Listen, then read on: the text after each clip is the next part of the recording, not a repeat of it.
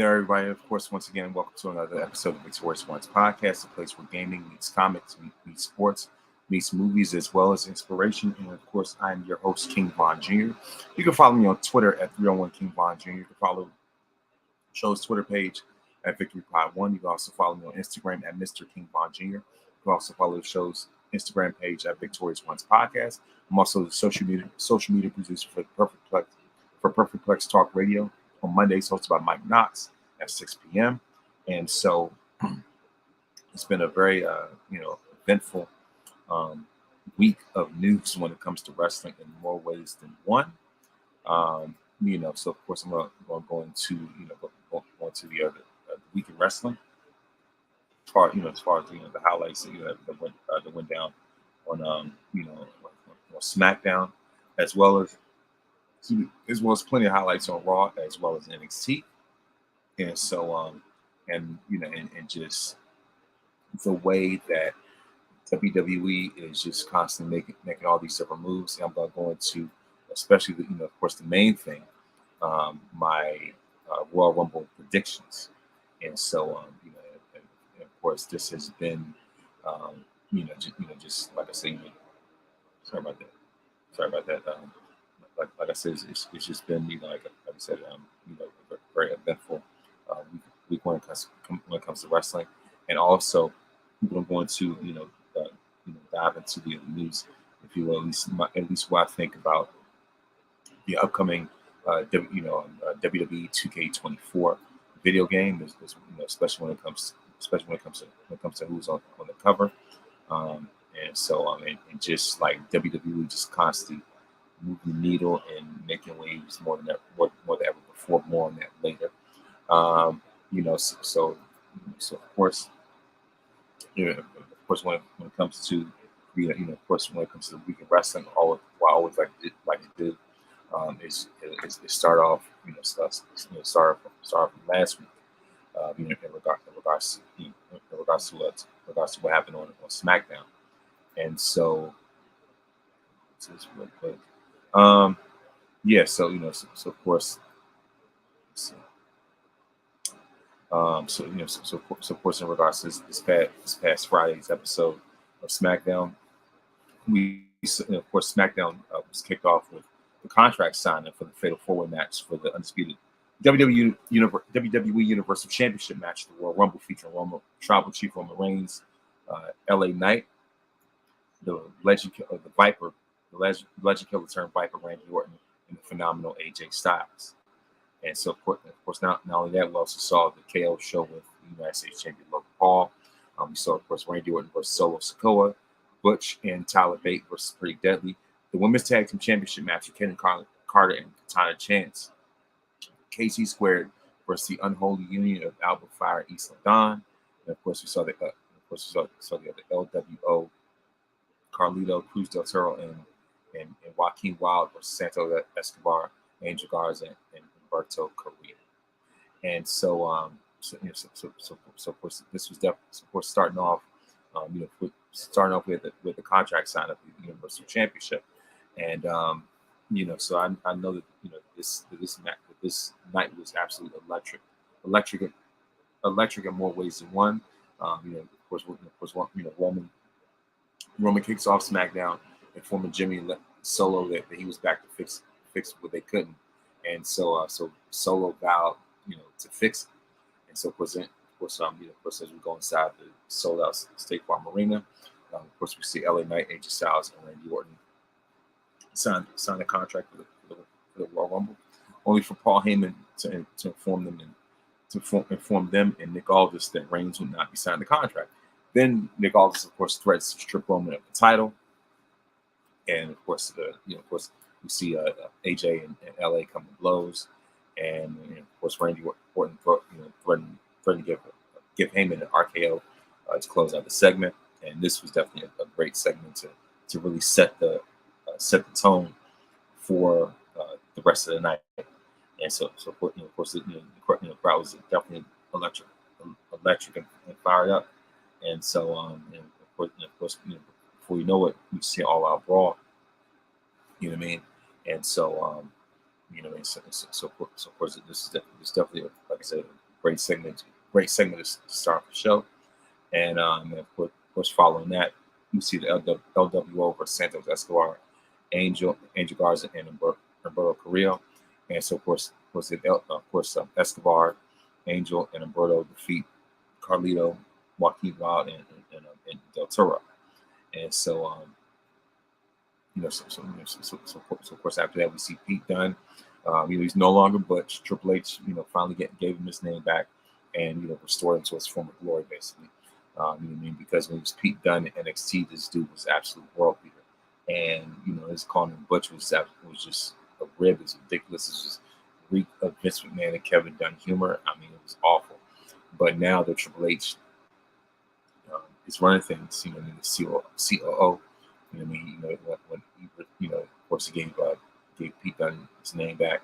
And with that name, got his identity back as well. So, of course, internet went crazy. Fans absolutely rejoiced and celebrated as the Cruiserweight just obliterated Kit Wilson and Elton Prince of Pretty Dudley. And so, of course, with that, just with that dominance, Pete Dunne and his teammate Tyler Bate defeated Pretty Dudley. That was definitely a segment right there. Kevin Owens show with Logan Logan Paul, and so of course WWE wanted to dig into the archives to create more heat for this upcoming U.S. Championship match between Kevin Owens and Logan Paul, and so of course with Logan reminding KO that of the indignity that they endured at his hands at WrestleMania 37. So from there we saw back and forth and ensued back and forth went between before Logan left Owens in pain after removing the brace from his arm and just damaging the arm. So of course he targeted the arm, and of course of course this one right here was like I said this was definitely created more heat and more momentum for the upcoming U.S. title match. And so of course of course Logan Paul wanted to blame Kevin Owens for making him the competitor that he is today, much like pretty much as far as that. And so of course this like I said I like how Logan Paul how they're just giving him great opponents to work with, just to add just to add more credibility. And so of course in this segment, Logan Paul showed a clip from WrestleMania 37 where Kevin Owens hit him with a stunner. And so so of course KO tells Logan that he's protected, that Logan is protected and he's sheltered. So that's why the big reason why he's still the champion. And so of course in the women's tag team title match, we see KC Square defeat Isla Dawn and Alpha Fire to retain the women's tag team titles. But of course the main focus of this match we saw Bayley and Damage Control at ringside as Asuka and Kairi Sane prepared to challenge KC Square for the tag team titles. So as far as that, and also after that we see a match between AJ Styles and LA Knight, which ultimately ends in a no contest. And of course last but not least, in the main event we see Randy Orton defeat Solo Sikoa, of course with the RKO, and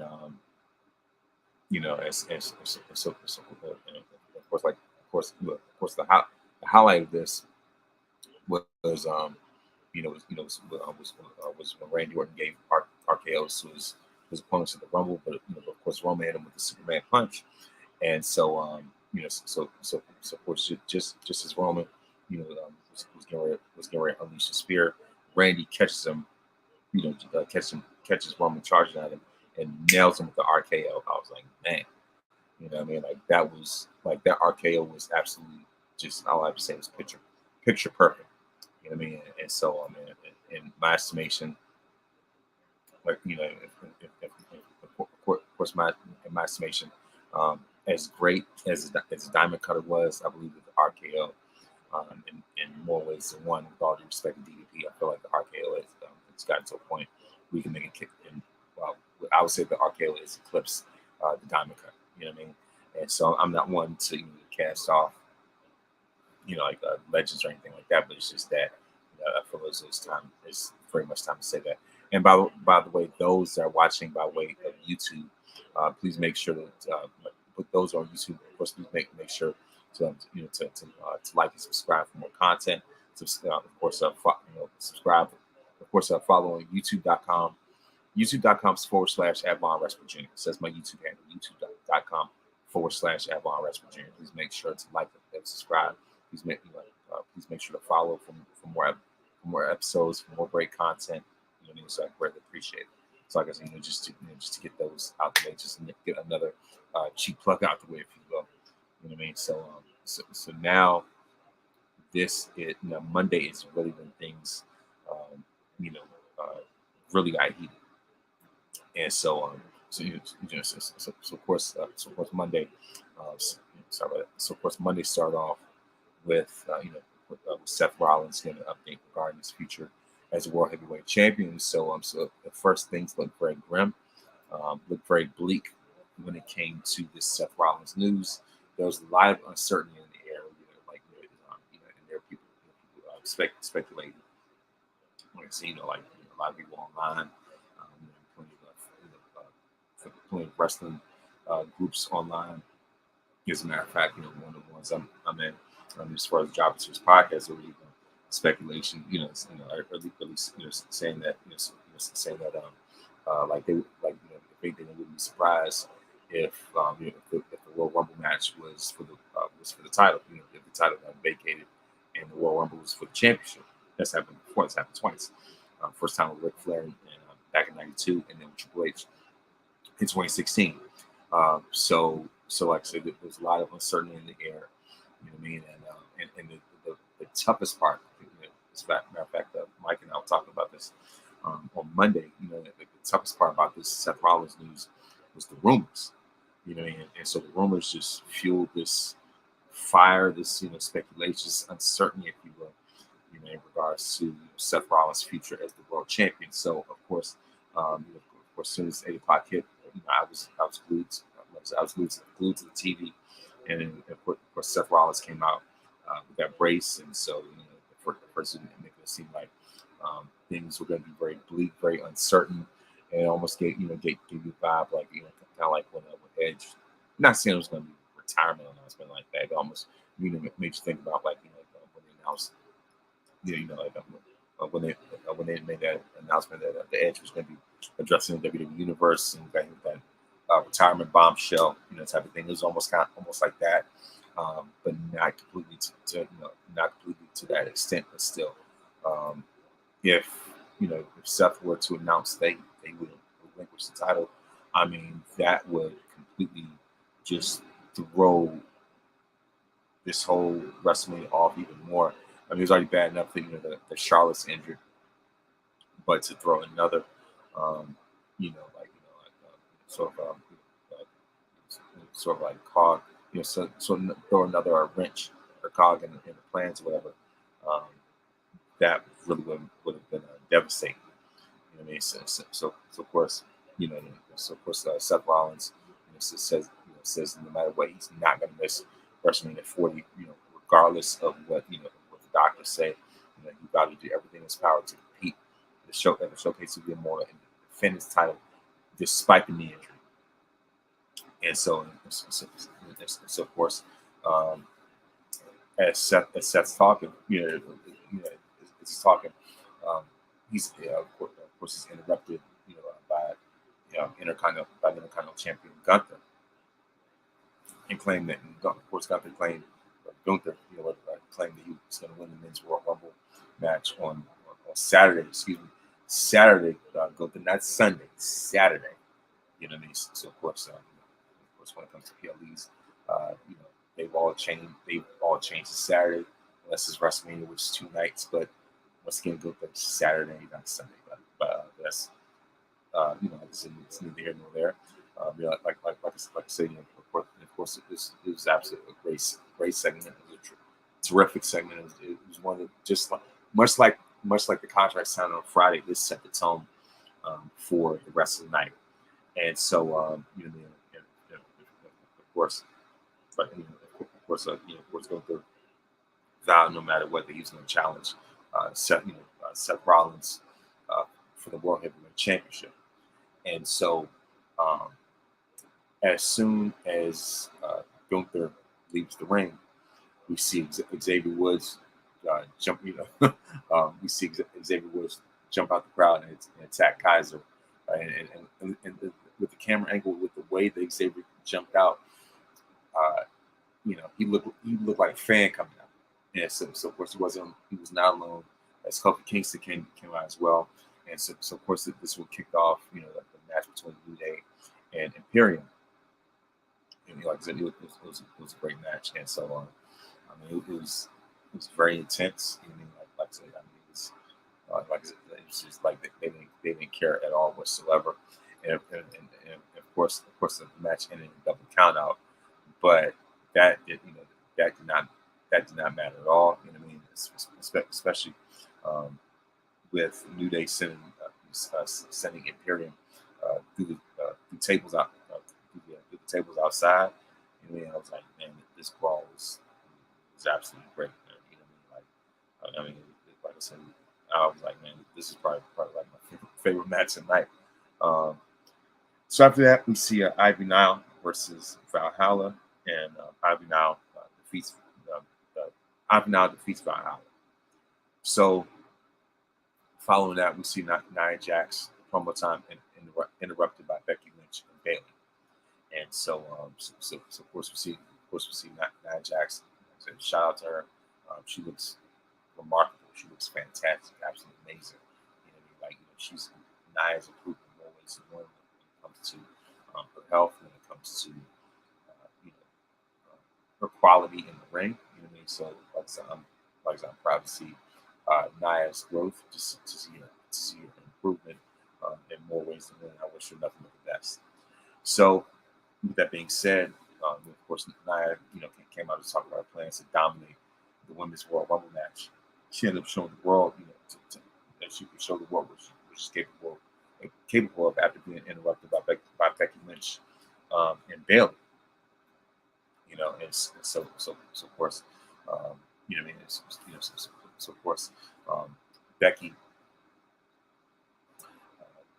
sorry about that, of course, Becky took down, fellow horsewoman, the role model Bayley with the manhandle slam, for Nia tossed Becky to the arena floor, and so of course, of course, Nia stood tall to close out this segment, and so it wasn't too much, to really go with it, but yeah, so if anything, like I would say, two of my top predictions would be Nia and Bayley, and so of course after that we see Dominic Mysterio versus The Miz. The winner of this match is Dominic Mysterio. Right after that, we see Chad Gable versus Ivar, and of course, surprising, Ivar defeats Gable.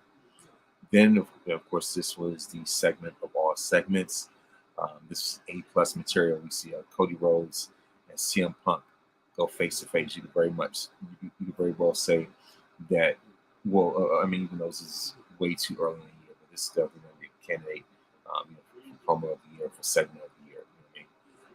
So of course, like the main talking points, takeaways of this very heated promo battle between Cody Rhodes and CM Punk. Punk says, when the American Dream asks you for a favor, you say yes. And so Punk was referring to when Dusty wanted him to keep an eye on Cody back in 2007. And so of course, Cody responds and says, we became friends, and that's what makes this so bittersweet. You know what I mean? So of course, he's talking about his relationship with Punk, along with their impending battle in the Royal Rumble. And so CM Punk claps back and says, I'm more of the American Dream than you are. And and of course, referring to his dad's own blue collar background. Cody, of course, Cody's the son of the American Dream, grandson of a plumber, um, and of course, and CM Punk is the son of an electrician. You know what I mean? So of course, both have their blue collar, hard time stories, and so of course, Cody fires back. Punk says, when you left WWE, you didn't pass the torch. You dropped, picked it up. I did. Everything you spoke about, I did. When you talked, I walked. What's actually ironic is that it makes me more CM Punk than you. And, they were going at it line for line, blow for blow. And so Punk goes on to say that there was a much bigger star, came back and was ready to finish the road story. And the much bigger star Punk was talking about was himself. And so the great thing about this is that it taps into more so into the realism, and Cody doesn't come off as an action figure type of guy. But like I said, and the thing is, Punk, his greatest asset is his reality. You know what I mean? It's his ability to be grounded with reality. You know what I mean? And so if anything, I would say that that they both brought the best out of each other. Of course, in this promo, and so sorry about that. Like I said, of course, of course, after that, we see Shayna Baszler, and so we start to beat Candice LeRae and Indy Hartwell. And so, but yeah, so of course, I would say that they did the best they could, given that window of time that they had, following such, such an epic segment. And so of course, the main event of the night was Drew McIntyre versus Damian Priest. The winner, Drew McIntyre. And of course, I have to say once again, I don't see anybody coming close to R-Truth when it comes to comedy, because I believe he just adds, just a great comedic layer to the Judgment Day. You know what I mean? And of course, I think he's just a breath of fresh air. You know what I mean? Just a nice new twist to it. And so of course that was that was the wrestling when it came to Raw. And so now so of course last but not least, before we go into the other headlines, of course we have NXT. And so starting off, sorry about that. Of course, starting NXT kicks off with a bang in regards to a tag team match in the semi-final round of the 2024 Dusty Cup. So we see Braun Breaker and Baron Corbin team up versus Axiom and Nathan Frazier, and of course your winners, as I predicted, Braun Breaker and Baron Corbin. You know what I mean? And so of course, like I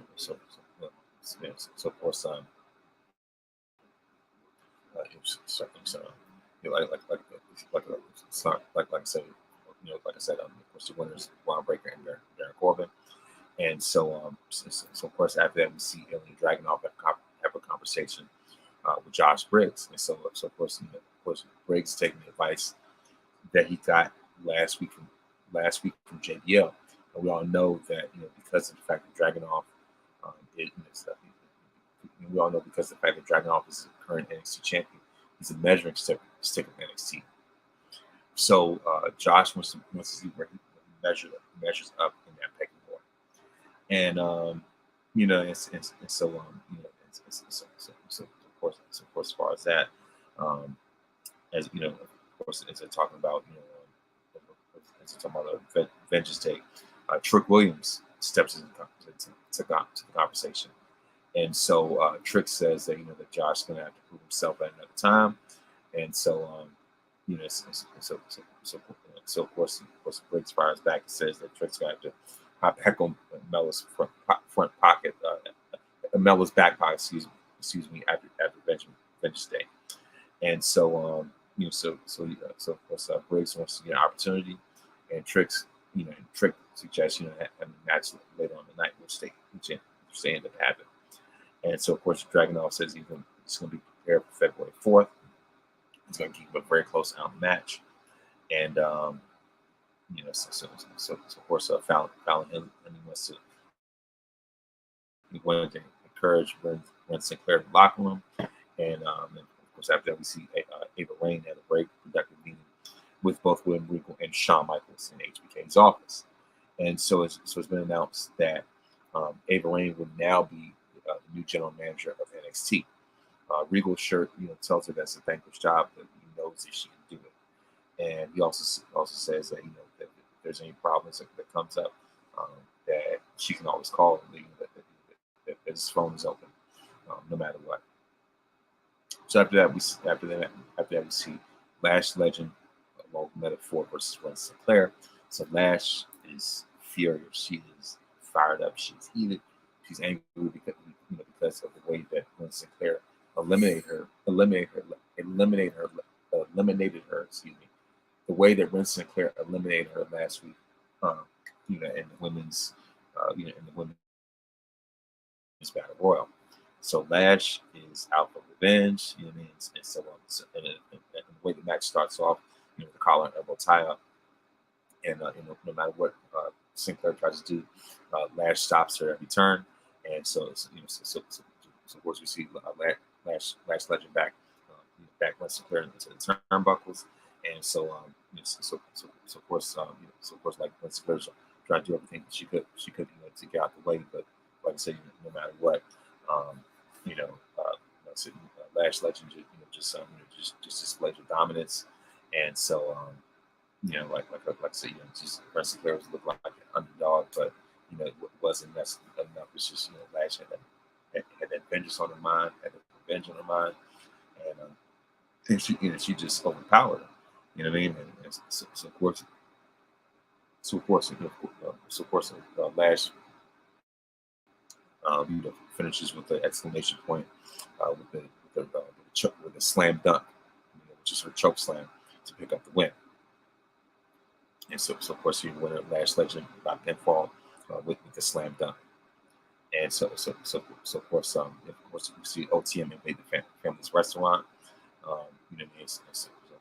And also with Ariana Grace does another speech inside the women's locker room that nobody listens to her at all whatsoever. Eventually you're going to realize, okay, you know what? Nobody's listening, so maybe I'm the problem. You know what I mean? All right, so of course, pretty much as far as that, then afterwards, we see, of course, so of course, we see a Dijak versus Joe Gacy, and of course, this match ends in no contest, and of course, Dijak's point on Twitter is hilarious with the way that he censored himself. I thought that's funny. So after that, we see Von Wagner and Robert Stone vignette right before the fourth match, where we see Lexis King versus Trey Bearhill, and the winner of this match, Lexis King. Of course, right after that, we see Supernova sessions with Lola Vice and Elektra Lopez, and of course, Elektra Lopez did not hold back at all whatsoever. You know what I mean? Like I said, she definitely chose violence, and it's very clear that Lola Vice did not stand a chance. And of course, we see another Chase U vignette, and of course, the fifth match of the night was Dragon Lee versus Scripps, along with OTM, and the winner, Dragon Lee via pinfall.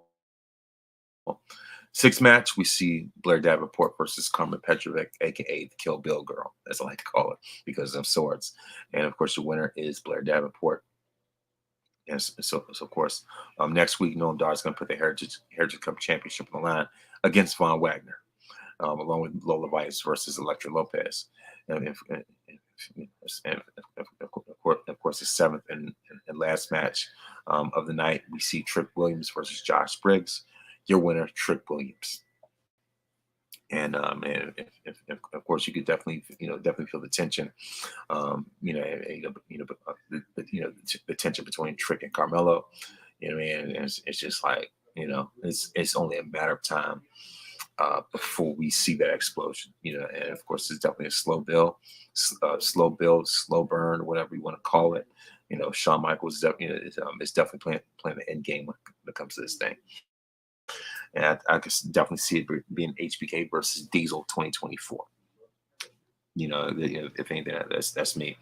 And of course, last but not least, to close out NXT this week, April Rain officiates her very first contract signing between NXT Women's Champion Lyra Valkyria and Roxanne Perez.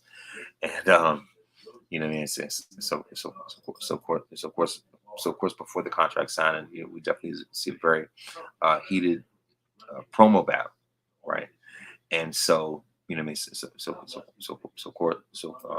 first and foremost, Ava says there are big expectations for this match. What I mean, so now all you have to do is just sign a contract.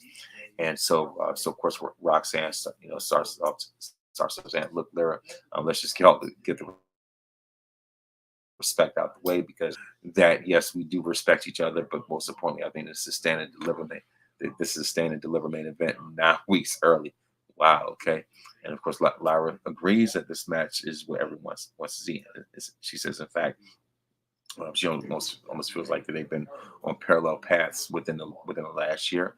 And of course, Lyra reminds Roxanne that the day that she won the NXT Women's Championship was the same day that she made her debut. So the very day that Roxanne won the NXT Women's title, Lyra made her debut that night.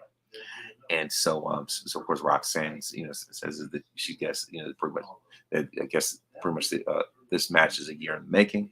And so of course, like, Roxanne, like I said, did not hold back at all. She said, tells Lyra that she had an incredible year, that she's the women's champion and the number one woman in the best women's division all of WWE. That's right, the NXT women's division. But anyway, but at the same time, Roxanne says it feels a little bit too familiar, because she tells Lyra that she was in that same spot as well a year ago. And so so of course, this year everyone was able to witness the rise of Lyra.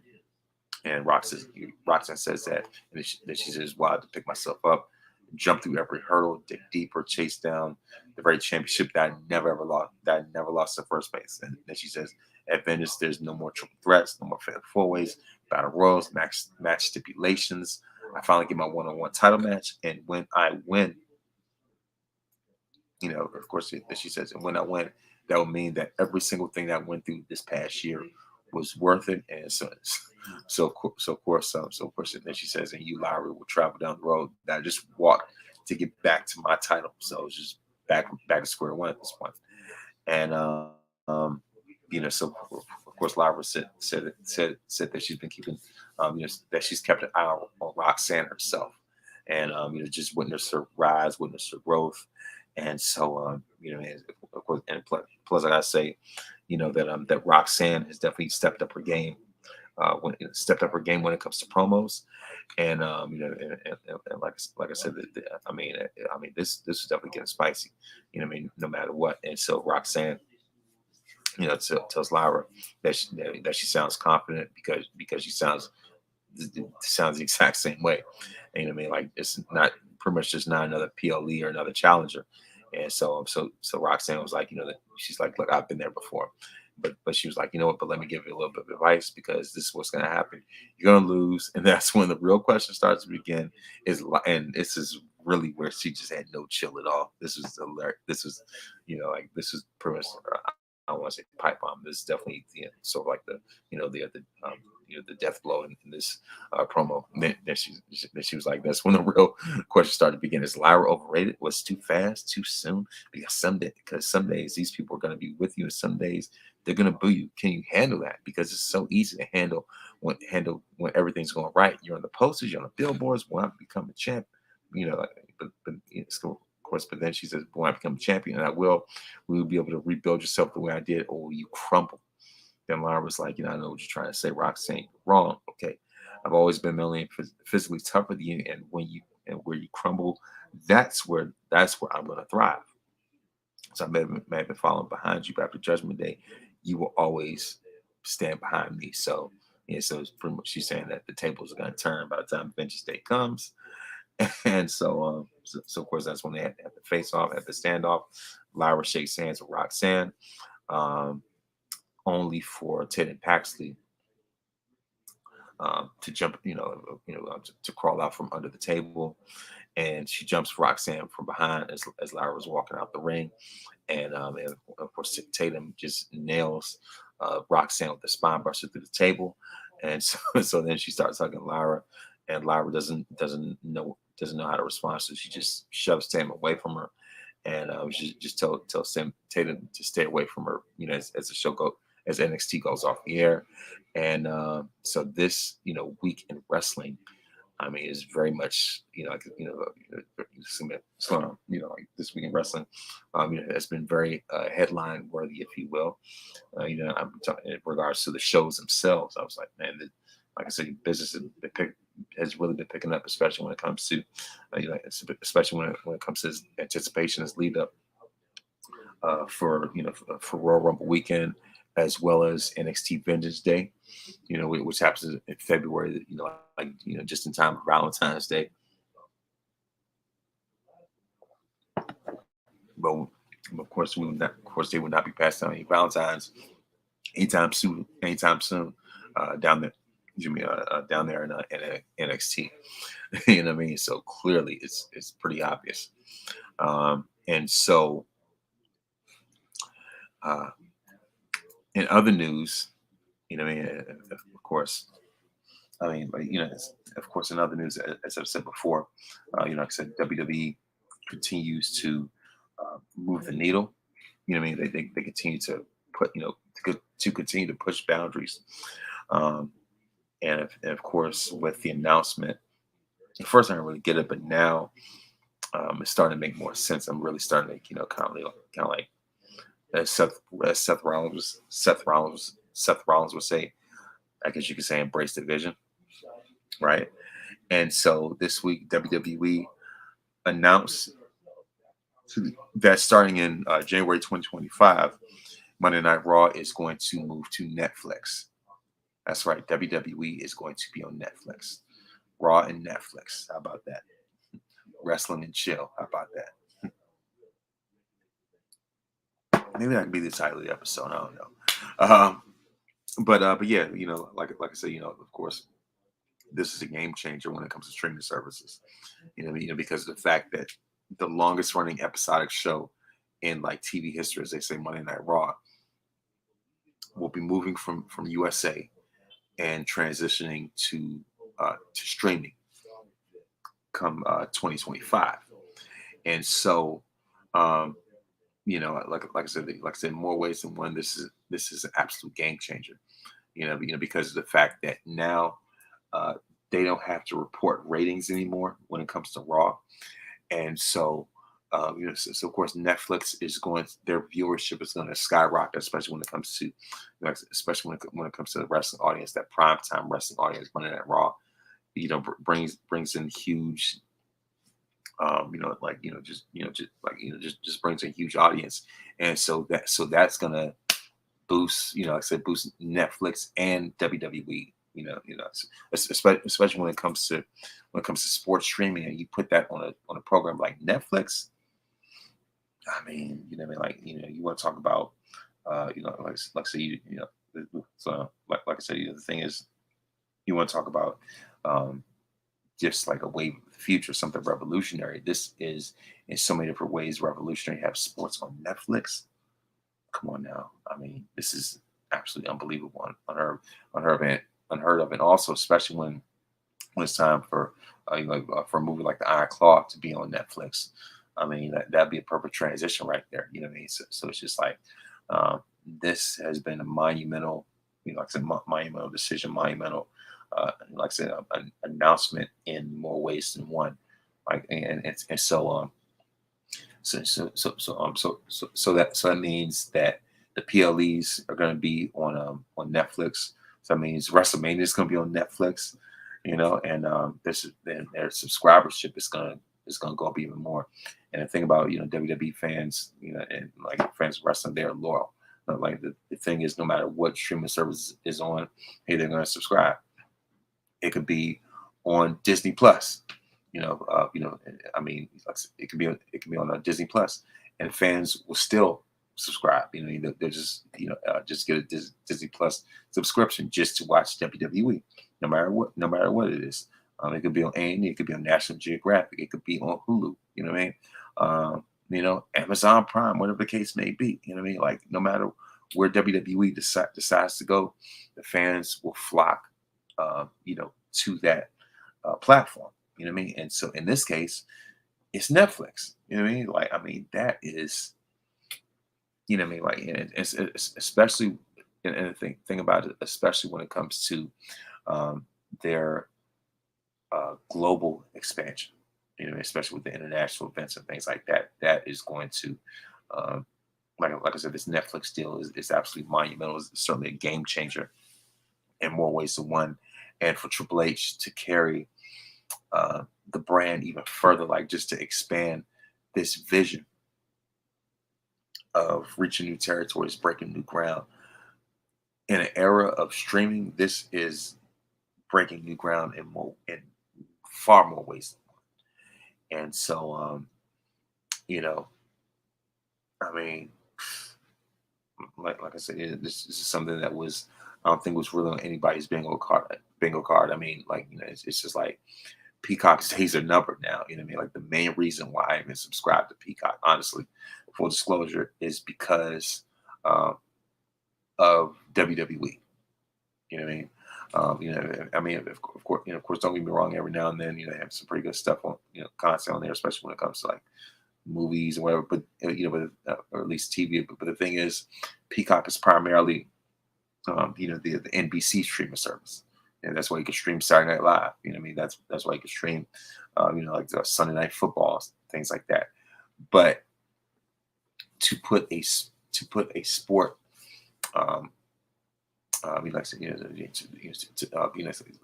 said, to put, a show, a sports oriented show, sports entertainment, on Netflix. Once again, I mean that is going where nobody else has gone before on Netflix. I'm not talking about documentaries.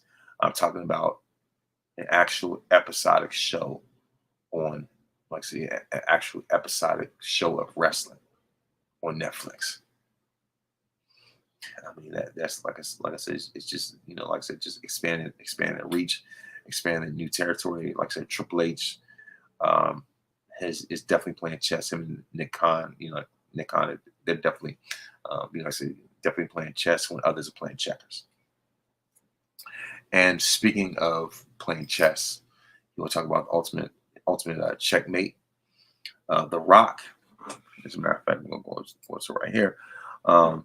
The Rock is now on the board for, he's now on the board for TKO, and of course WWE answers to TKO. So now that means that The Rock has a seat at the table, in more ways than one. And so, I mean, just like, I mean, it's like I said, it's very monumental. And the thing about it is that, because of the fact that both their, because of the fact that both their careers are run parallel to each other. I mean, of course, not only that, and of course, not only that, but also, he officially, like the thing is, of course, he officially, of course, another thing I want to say when it comes to the Netflix thing, of course, WWE, like, of course, as far as Raw going to Netflix, that's for $5 billion, 5 billion with a B. Let me just throw that out there. And then, of course, when it comes to The Rock, now he officially owns his name. It's no longer, WWE owned, gimmick owned, and things like that. Dwayne Johnson officially owns the name of The Rock. And so, of course, now he's on the TKO board, and he's talking more and more about him versus Roman in WrestleMania. You know what I mean? And so it's just like, man, I mean, seriously, it's just like, just making waves in more ways than one. And so The Rock is saying thank you very much. On Twitter, he says, thank you to the New York Stock Exchange. My honor to join the TKO Group board of directors, ring the iconic bell, and open the market. Now the fun part, we get to work. I was like, yeah, this is, and there's even a picture on Twitter of The Rock at a TKO board meeting. I mean, who would have thought this would have happened? So, but like I said before, because of the fact that Rock and Triple H, their careers run parallel. Pretty much in regards to that, like this one was Rocky Maivia, the other one was Hunter Hearst Helmsley. They both were leaders of legendary factions, Nation Domination, D-Generation X. They both, like I said, reached the main event within the same, within the parallel time frame, similar time frame, and things like that. And so, and plus, it's just a shame that they never had a one-on-one match at WrestleMania. Shame on Vince for not letting that happen. But but either way, like I said, at the end, they have the last laugh. It's funny how DX is taking over WWE, and Vince McMahon is the one that's been run off in disgrace. So it's just like funny how the tables turn. And so now, like I said, the leader of the Nation Domination and leader of DX are both running WWE. So it's just like, it just goes to show that life comes at you fast. And I mean, and also, for them to take a picture together at the New York Stock Exchange is absolutely epic in more ways than one. And so, so I can say of course, congratulations, to The Rock for being on the board of TKO. Congratulations to the WWE, in their Netflix deal, worth $5 billion. I mean, that is historic. And so, another thing I want to go into as well, and that is the upcoming free agent himself, Okada. This guy is an absolute rock star in Japan. He is the equivalent of what Roman Reigns is with WWE. Okada is a Japanese legend. When you talk about the greatest Japanese wrestlers, he is in the conversation with the best of them. Whether it's Antonio Inoki, Craig Muta, Jushin Thunder Liger, who else? Fujinami. Of course, Asuka, you name it, Okada, he's in that conversation. He is up there with the best of the best. And for him to become a free agent, that is huge. As a matter of fact, he's leaving New Japan in February. And so whoever gets him, has the biggest shark in the aquarium. And I am looking to see, this is my estimation, I'm looking to see Okada make his mark in WWE. Because in my estimation, the possibility, as a matter of fact, Shinsuke Nakamura also, an all-time great when it comes to Japanese wrestlers. And so speaking of, I definitely want to see plenty of possibilities, great endless matches, whether it's, like I said, whether it's Okada versus Nakamura, Okada versus Roman, Okada versus Seth Rollins, Okada versus Randy Orton, Okada versus AJ Styles, Okada versus Finn Balor, Okada versus Cody. Just on and on and on. This is, like I said, for him, for him to step foot in WWE, I mean, that would be a huge game changer. So if anything, for me, honestly, I mean, especially when it comes to the stare, Okada versus Gunther as well. I mean, come on now, like, how could you say no? You know what I mean? And can you imagine the stare down with Okada and Seth Rollins, and and both of them known for wearing sort of pretty outlandish wardrobes. Like Seth Rollins with his outfits, and Okada with with his coat that changes colors and stuff. You know what I mean? And I was like, man, this is Okada's gonna have some showdowns, man. And I'm all for it. I'm all for it. You know what I mean? Like Okada is him. Okada is that guy. So, like if anything, I am on the board to lobby to see Okada in WWE. That's just me. May sound like too pro WWE, but I don't care. um, but yeah, and also when it comes to the WWE 2K news, I definitely want to go into this as well. Congratulations to Bianca Belair for becoming the very first Black woman to be on the cover of a WWE 2K video game. Her and Rhea Ripley share the cover, and I think they share the back cover, and Cody Rhodes like on the front cover, something like that. You know what I mean? So of course, like I think the side by side shows like just is symbolic of Bianca and Rhea's sort of rivalry. They've never had an actual Mania match together, but it's definitely gonna happen down the road. Um, so of course, and of course the whole tagline for 2K is gonna be finish the story. And so they have the commercial where they have Cody talking about finish the story, they have Bianca finishing the story, Rhea, Roman, they have the weird CGI Hogan talking about his story, Stone Cold Steve Austin, The Undertaker, the whole, like, this has become a movement, a phenomenon, if you will. You know what I mean? So as far as that, and honestly, I think to me, if anything, if anything, like, honestly, I think it should you just been the women on the front cover themselves. And it's just like in my estimation, Cody, in my honest view, definitely think they should have Cody on the cover. Not quite. If anything, if there was any, if I had to choose any male wrestler to be on the cover of 2K, I would have gone with Tribal Chief Roman. You know what I mean? Regardless of what people think about his schedule, but the thing about it is that I think Roman deserves a do-over because I know that him and Becky were on the cover of 2K20, and that game bombed. That game was horrific. It was horrible.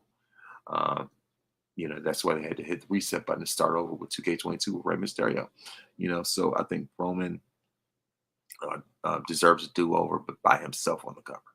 And Tribal Chief Roman, the best version, the best, the best version of Roman, Tribal Chief. So if anything, if anybody deserves, if any male wrestler deserves to be on the cover, I would say the Tribal Chief version of Roman. But that's just me. And my biggest gripe about this 40 years of WrestleMania mode is the fact that we only get 21 matches. Maybe some copyright issues, some legal issues. I don't know what the case may be, but that's a lot of history that's going to be left out if it's true that it's only 21 matches. And it was in the news that I found out, it was reported by Smackdown Hotel, and they're the ones who give all the news pertaining to the WWE video games. You know what I mean? So if it comes from Smackdown Hotel, I trust it. You know what I mean? So yes, like if it's truly going to be 21 matches, that's a red flag. But then again, I'm glad that they have added WrestleMania 25, the WrestleMania 25 match with Shawn Michaels Undertaker. So it's, of course, in that regard, I'm thankful for that. But but of course, like I said, those are my thoughts when it comes to when it comes to the WWE, like I said, the WWE 2K news. And also another thing, when I also found out that for the DLC for 2K24, they're gonna have Dusty Rhodes as DLC along with Superstar Billy Graham. And so, I mean, so of course, regards to that, of course, it definitely gonna make sure it's, like a Rhodes theme, and they're gonna go along with the whole finisher story, and all this, all this other stuff going on as well. And so now, I'm going to go into my predictions for the 2024 Royal Rumble. And so of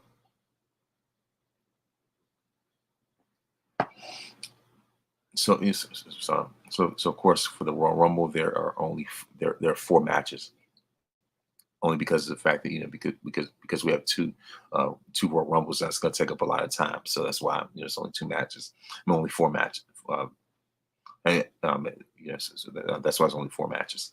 And so four matches are the men's Royal Rumble, the women's Royal Rumble, the undisputed Universal Championship match, and the United States Championship match. So when it comes to my predictions, I would say that when it comes to the U.S. title, I see Kevin Owens winning. That's just me. I mean, I could be wrong.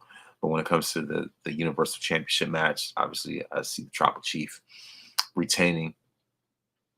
But I feel like it's going to be a great fatal four-way match, especially when you have Randy Orton, and AJ Styles involved. Of course, LA Knight's definitely coming along. But I think that that the main ones that are going to carry the match and bring the best out of it are going to be Reigns, Orton, and AJ. Those are the main ones Reigns, Orton, and Styles. Those are the ones who I look forward, who I feel like are going to bring the absolute best out of it. Who I look forward to the most. But like I said, the U.S. Championship match, I got KO winning. Of course, for the Universal Championship, Tribal Chief retains. When it comes to the women's Royal Rumble match, well, but of course, like not everybody has been confirmed so far, but thus far, like even when they give all 30 entrants, my pick is going to be Nia Jax. Now, when it comes to the men's Royal Rumble, I'm going to go with CM Punk so that he could challenge Seth Rollins for the World Heavyweight Championship. So those are my predictions. When it comes, like I said, those are my predictions when it comes to the Royal Rumble. You know what I mean? And so, I mean, the Rumbles, provided plenty of great moments. Like I said, great years. You know what I mean? And of course, like I said, some of the ones that stand out to me the most, the 92 Royal Rumble, which is considered by many to this day to still be, arguably the greatest Royal Rumble of all time, featuring Ric Flair. Because the 95 Royal Rumble when Shawn Michaels became the one after being the number one entrant. The 98 Rumble when Stone Cold won, and that was his road to WrestleMania. The Austin 316 era kicked off and beat Shawn Michaels. I mean, 14, the 01 Royal Rumble, when Austin won, and it was star-studded as well. You know what I mean? It's just like, so on and so forth. The 2007 Rumble, won by The Undertaker. You know what I mean? Like, you could say 03 when this guy in between Lesnar won it. But you know what I mean? Like, it's just like so many that you could think of. The 2021 Royal Rumble when Bianca won.